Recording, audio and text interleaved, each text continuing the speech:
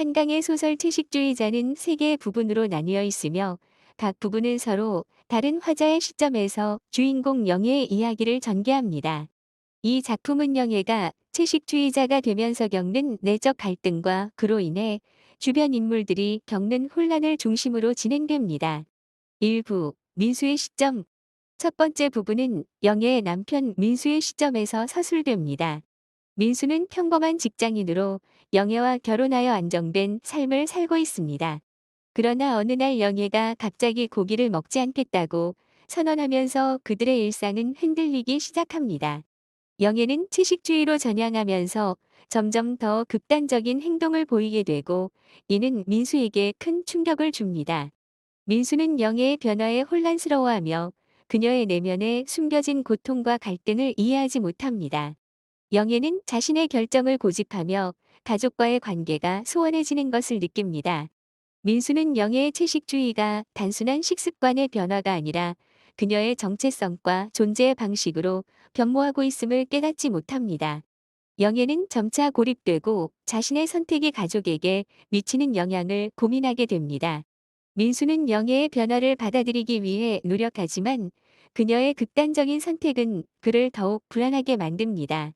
영예는 고기를 먹지 않겠다는 결심을 넘어서 점차 음식에 대한 집착과 거부감이 심화됩니다.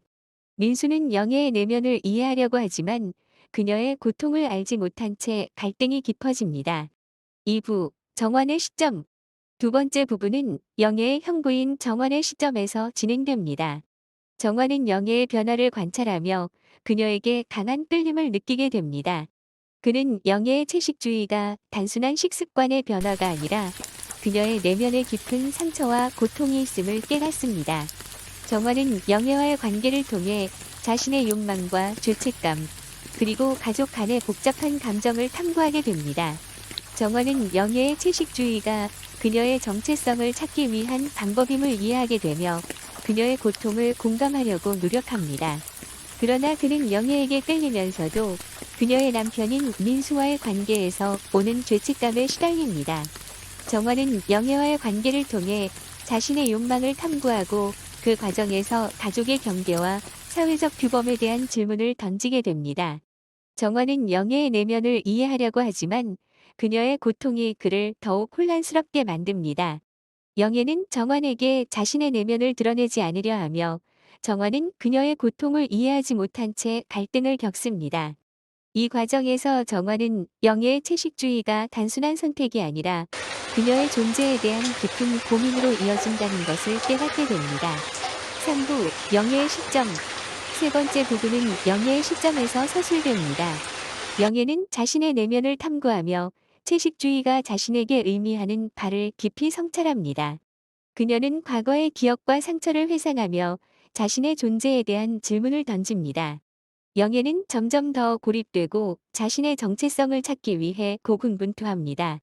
영예는 채식주의를 통해 자신의 고통을 드러내고 이를 통해 자신을 보호하려고 합니다. 그녀는 고기를 먹지 않겠다는 결심을 통해 자신의 존재를 확인하고 사회적 규범에 저항하는 방식으로 자신을 표현합니다. 그러나 이러한 선택은 그녀를 더욱 고립시키고 주변과의 관계를 단절시킵니다. 영예는 자신의 내면에서 일어나는 갈등을 직면하며 채식주의가 단순한 식습관을 넘어 삶과 죽음, 존재의 의미에 대한 깊은 고민으로 이어진다는 것을 깨닫습니다. 그녀는 자신의 정체성을 찾기 위해 고군분투하며 결국 자신의 존재를 확인하는 방법으로 채식주의를 선택하게 됩니다. 결론.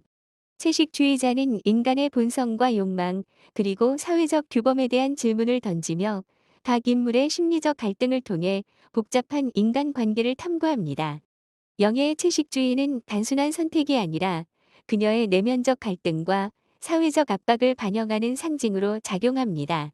이 작품은 인간 존재의 본질과 그로 인해 발생하는 갈등을 깊이 있게 탐구하며 독자에게 강한 여운을 남깁니다.